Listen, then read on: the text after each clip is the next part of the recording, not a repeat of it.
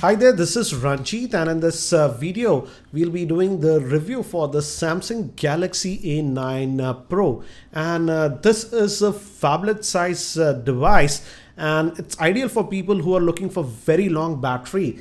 And as you can see, it's having a 6-inch Super AMOLED screen, and the biggest thing is that it has a 5000 milliamp hour battery, and this smartphone gets a lot of things right, but everything is not perfect. And I won't be going over the physical overview and general aspects of this device because I have covered all those aspects in my unboxing video. Check out that video for more info. And before we proceed with the review, here are the specs for your reference. So I'll be dividing this review between the pros and the cons, the things that I liked and the things that I did not like. So let's start with the pros and the things that I liked. And the first thing that immediately struck to me was regarding the build quality. Samsung has done a very good job in terms of build quality. The build quality is very solid. It gives you a very reassuring feel. It has this metallic on the side and glass on the back, and it gives a very premium also sort of a look to this device. So in terms of build quality, Samsung has done a great job. But again, as this is a very big device sporting a 6-inch screen,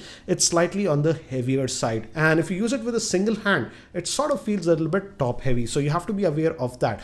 I got used to this after about 4-5 days. Initially I felt it was a bit heavy, but again, yes, certainly even after 4-5 days it's on the heavier side. And second thing I really liked is, though it's having just a 1080p screen, it's not having a quad HD screen, but the 1080p Super AMOLED screen that Samsung has put on this one is actually really good, and I have no problems regarding that. Also, it has the basic sensors that you will expect, like auto brightness sensor and stuff, so no problems regarding the screen quality. Also, as I've told you, it feels extremely premium, I would say, and people will look at this phone and they'll ask you, what is this model? Now, another thing that I really like on this phone is that this phone is a proper dual SIM phone with a micro SD card slot. So if you are a person, and I know many people who want to use 2 SIMs plus a SD card, you are covered with this. Also, when we talk about internal storage, it has 32 gigabytes of internal storage, and it comes with 4 gigabytes of RAM with the Snapdragon 652 SoC, and it gives a very good performance. In general performance, I did not have any issues. Yes, it runs TouchWiz, but I did not notice lagginess while using this phone thanks to the Snapdragon 652 SoC.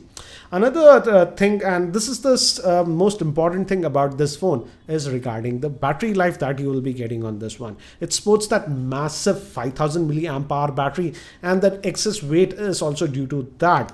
But in terms of battery life, Samsung has done a great job, and that's also thanks to the Snapdragon 652 SoC. The battery life is actually very good on this phone. In terms of screen on time, I was getting anywhere between 6 to 7 hours of screen on time.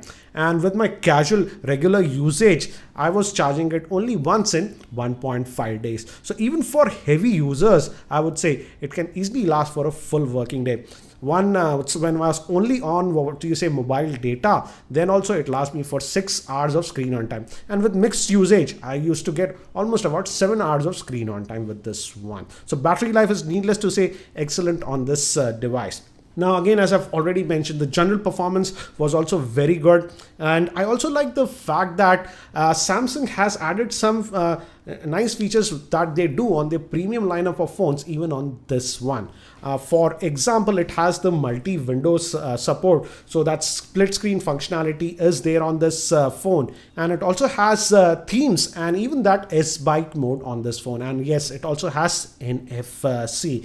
Now moving to gaming performance, I did quite a bit of gaming with some heavy games, and I have to say the gaming performance was also very good on this phone. And the good thing is that even with extended gaming and with heavy games, it did not heat up. So again, for gaming also, it was a very nice experience. Now moving to the camera performance is sort of mixed, I would say. In outdoor and natural lighting conditions, the pictures come out to be really good, as you can see with the sample shots. But one thing that I've noticed is that for macro shots, you have to be careful because the focusing can be an issue at times. And even in semi-indoor conditions, it does a fine job. But when we move to artificial lighting and low lighting conditions, here here the performance goes down quite a bit, and you can notice quite a bit of noise in the pictures. So I thought Samsung would have done a better job in this area considering the price point of this device, but you have to be careful in low lighting conditions. But again, with flash the pictures come out to be really good, and the flash is really powerful. Moving to the front facing camera, the front facing camera performance is also very good. Again, it's the same situation. If you take pictures in natural lighting, it comes out to be really good, but in artificial lighting you have to be a little bit careful, otherwise the pictures can come out to be a little bit shaky. Next, if we talk about the cellular call quality, I tested this one with Airtel 4G and also with the Reliance Jio, and the cellular call quality that I was getting was very good, no issues. And yes, this one works perfectly fine with the Reliance Jio, and you can make VoLTE calls. So VoLTE support is there out of the box. Now, these were some of the things that I liked with this device. Overall, a very good device, I would say. Biggest thing is the battery life, but let's talk about some of the things that I did not like, and here are the cons. The first thing, as I've already mentioned, is that this device feels a little bit heavy, and particularly if you're going to use it with a single hand, it becomes sort of top heavy. So you have to be careful. So it's mostly a two-handed device in my opinion. Also, as it's a Samsung phone, Samsung did not skimp on a lot of sensor, but the gyroscope sensor is sadly missing on this one. So no VR support or YouTube 360 videos will simply not work on this. This is quite a bummer. I simply cannot understand why Samsung omitted the gyroscope sensor. But other sensors, fortunately, like auto brightness, compass, haptic feedback, etc., are there. Also, one more thing that I noticed was missing in camera, particularly in the video mode, was slow motion. For some reason, slow motion option was not there. So it looks like Samsung is intentionally trying to gimp this model so that it doesn't compete with their flagships. Also, again, talking about the fingerprint scanner, for the most part it works, but again, as you can see, it's working fine now. But sometimes, as you see, it didn't recognize. So that's the case. I would say if I have to rate the fingerprint scanner, I would rate it 7 out of 10. It works most of the time, but sometimes you have to tap in twice, which was the same case with even the Galaxy S7. And again, so the last con I have is that I was expecting slightly better camera performance with the rear facing camera, because this one has optical image stabilization. But again, in artificial lighting and low lighting conditions, the performance is not that great.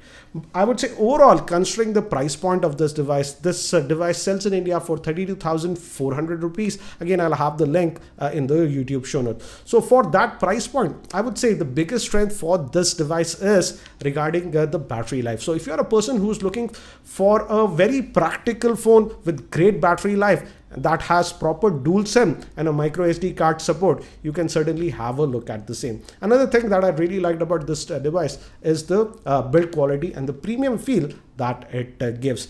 Yes, again, in terms of pure performance, there is the OnePlus 3, which does better in pure performance, and even the rear facing camera of the OnePlus 3 does better. But again, it's a Samsung device, so be prepared to pay a slight premium. But overall, I would say the overall performance of this device was actually really good.